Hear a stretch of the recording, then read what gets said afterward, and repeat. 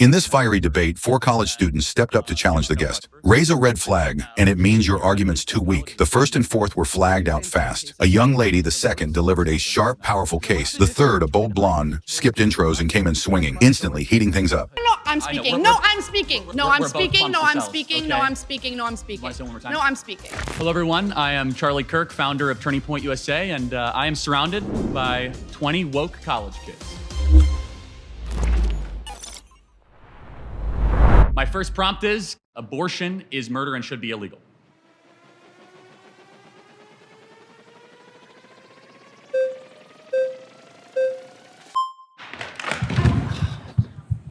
All right. Can I maybe go? Okay, hello, what's your name? Juliana. Nice to meet you. Nice to meet Can you. we get our terms right first? Yeah. Okay, abortion is the forcible ending of the viability of a being in utero, otherwise known as a fetus. Do we agree that's what abortion is? Okay, yeah. Okay, great. And then murder is the intentional taking of life, different than killing or sudden death. So murder would be the intent, with intent, taking another life. Do we agree with that? Okay. Okay, and then we agree that murder in general in society should be illegal. Yeah. Okay, great. So yeah, no, I do want to preface that I'm a Catholic. Okay. So I think one really important thing that the Bible says is to not judge. And just going back to the topic, I think there's a big difference between, cells in utero than a living, breathing, existing being. And while I do believe it's murder, and that's just my personal belief, right?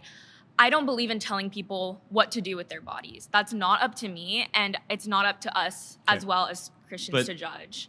Should we prevent murder in society? For sure, yeah. And it should be illegal. But I think that it's really different, right? Because, these people aren't. Sorry, nice to meet you. Okay, nice to meet you.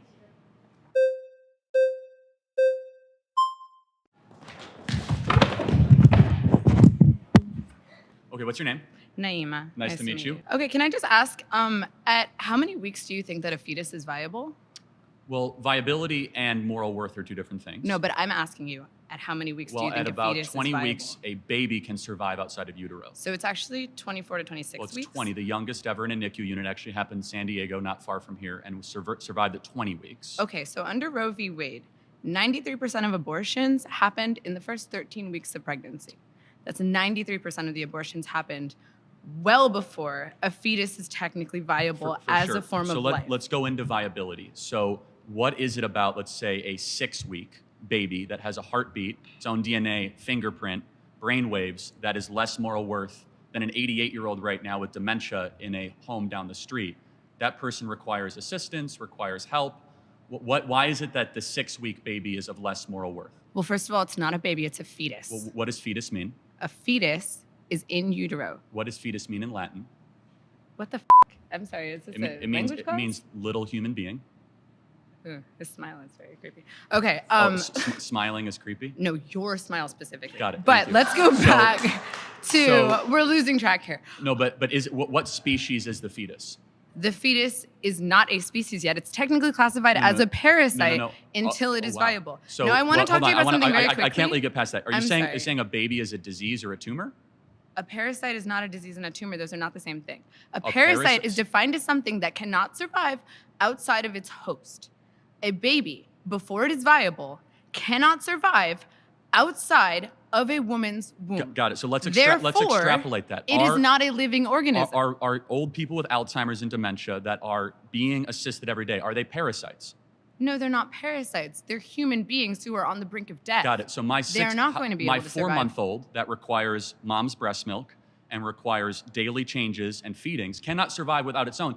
Is my 4-month-old a parasite? Your baby can breathe on its own. Your baby can drink water from its mouth to its stomach. But it cannot. Your baby can eat it hunt? food. Can it gather? Can it reason? But that's not what qualifies something as being a living organism. Being a living organism simply means, can you survive outside of a womb, outside of your host? Got it. So I just want to make sure I'm clear. Why does that then equate to moral viability?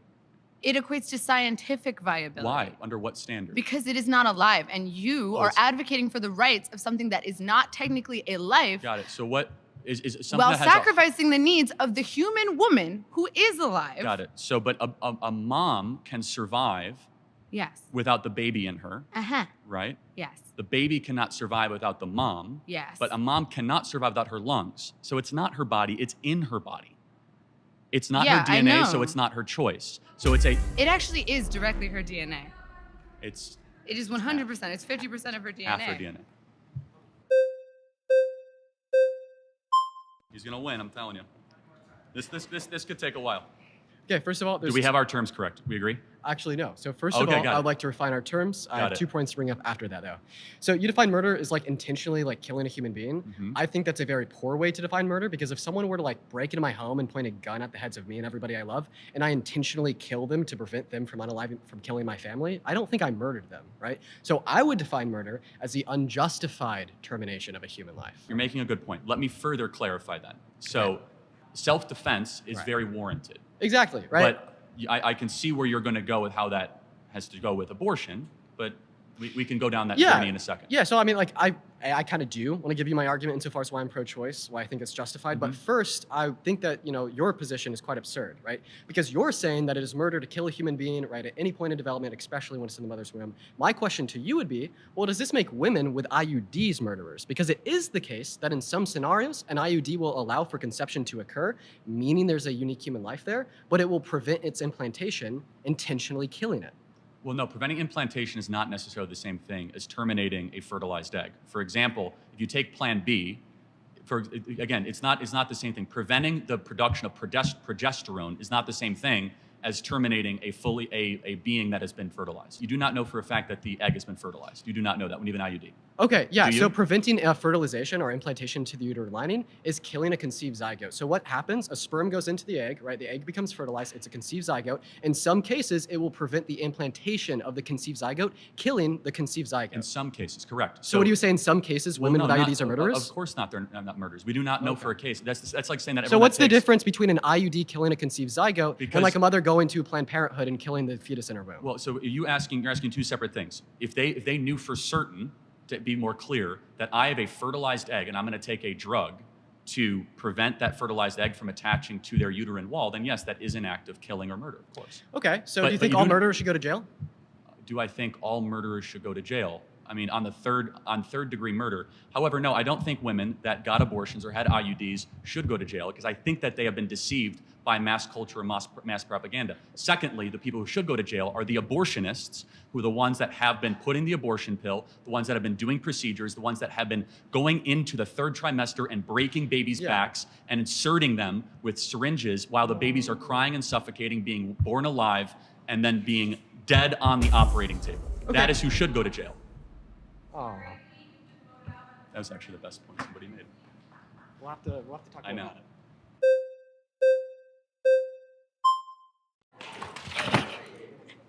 Okay, whenever I'm talking about this discussion, I always go to the question of what about in the case of the mother when her life is in danger? Because I'm a big believer. I don't know. I'm still iffy on if I think it's or if it's murder or not. But even so, I mean, I don't want to say murder is justified. Guys, wait. Let me just get this one point, and then you can vote me out. Give me 1 second.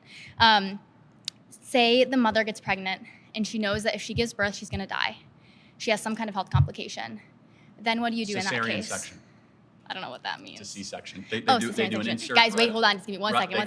They go right below the belly button and they deliver the baby. And after she doesn't have to give birth, it's technically birth, but it's much safer. So that's actually safer than an abortion procedure. Sorry, Lily.